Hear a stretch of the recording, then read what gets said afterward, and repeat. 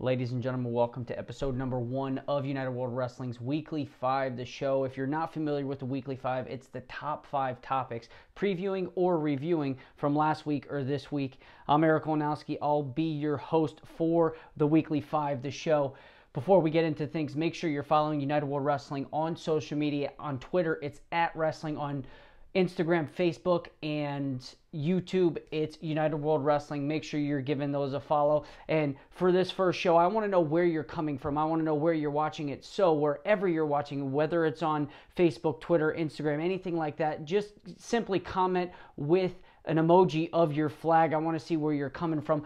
Let's jump into the number 1 topic of the week. The Hungarian Grand Prix begins this Saturday. The Hungarian Grand Prix, the second Greco-Roman Ranking Series event of the year, the first Greco-Roman Ranking Series event of the year. The Zagreb Open wrapped up 2 weekends ago in Zagreb, Croatia. And if you're looking for results for that, make sure you go to unitedworldwrestling.org and check those out.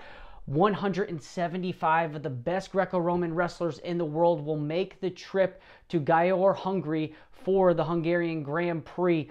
25 different nations are included, and leading the charge is Eldeniz Azizli of Azerbaijan, the reigning 55-kilogram world champion. He's bumping up actually to 60 kilograms to wrestle. A couple of other Azeris that are wrestling. Rasul Chanayev, if you're not familiar with him, he's competed for Azerbaijan in every World Championships or Olympic Games since 2014, and he's medaled in the World Championships. We'll start there. 2015 World Champion, 2014 and 2018 World Bronze Medalist, and then of course he went to the Olympic Games in Rio and finished with a bronze medal.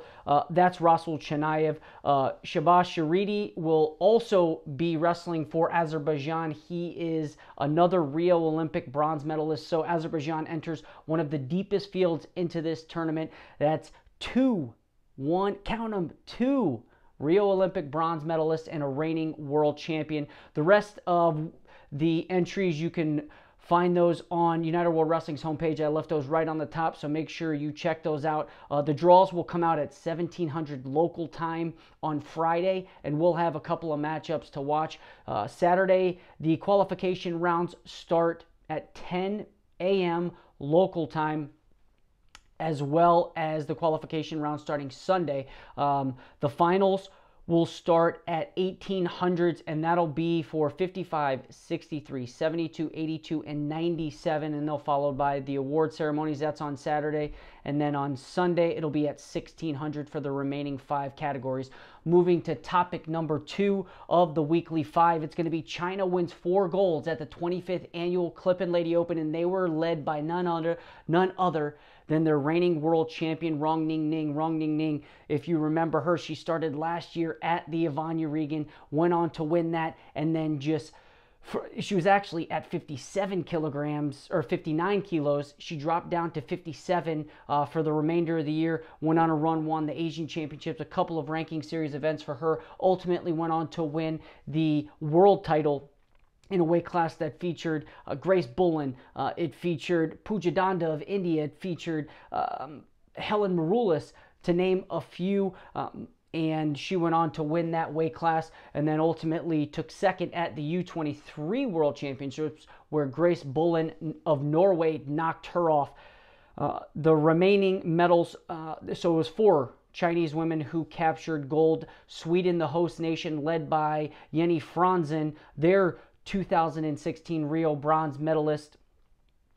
They captured 3 Klippen Lady Open titles. And an interesting note, I didn't write this in the Weekly 5, and I probably should have, and I'll make sure to go back and add a note. But Jenny Franzen, the Rio Olympic bronze medalist, she won it at 72 kilos, so she had won the European Championships in Dagestan at 72 kilos, and then after, she broke the news to me that she was dropping back down to the Olympic weight of 68 kilos. She has since moved back up, and I'm not sure, I actually caught this today, that she won the title at 72 kilos, one weight up from her 68 kilos where she wanted to be, and where she actually wrestled at the World Championship. So I'm going to reach out to her after this, and I'm going to find out why she's up at 72 kilos away from the 68 where she wrestled at the World Championships in Budapest, Hungary.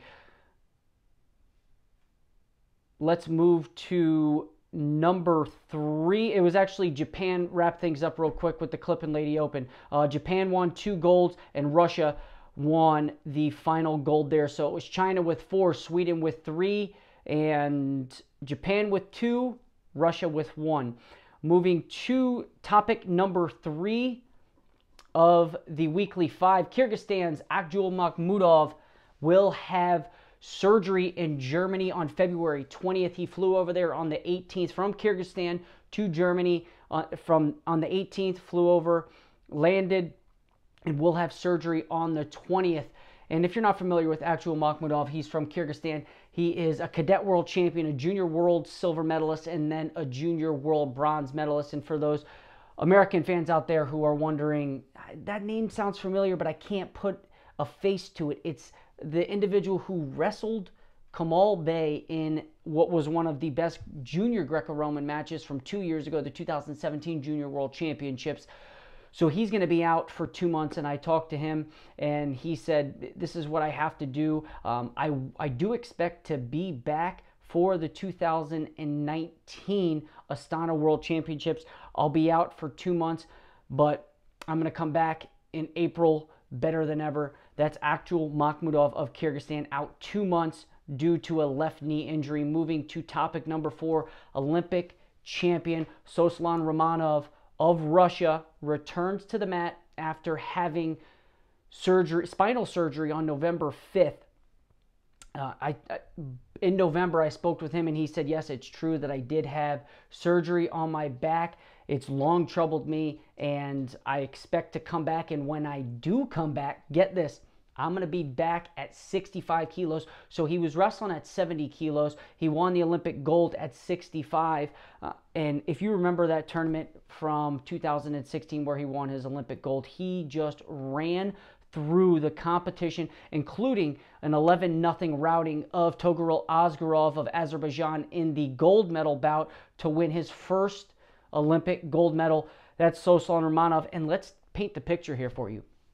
When you take a look at Russia's landscape at 65 kilograms, you now have Gazimured Rashidov bumping up from 61, where he was the defending 2-time world runner-up. I guess you can't say defending world runner-up, but he reached the finals at 61 kilos 2 years in a row, did lose to Yalis Bonnie Rodriguez in the 61 kilogram finals this year. He bumps up to 65 for Russia. They also have the reigning world bronze medalist in Akhmed Chikayev, and they also have Naichin Kular, who was the runner-up at the Ivan Urigan.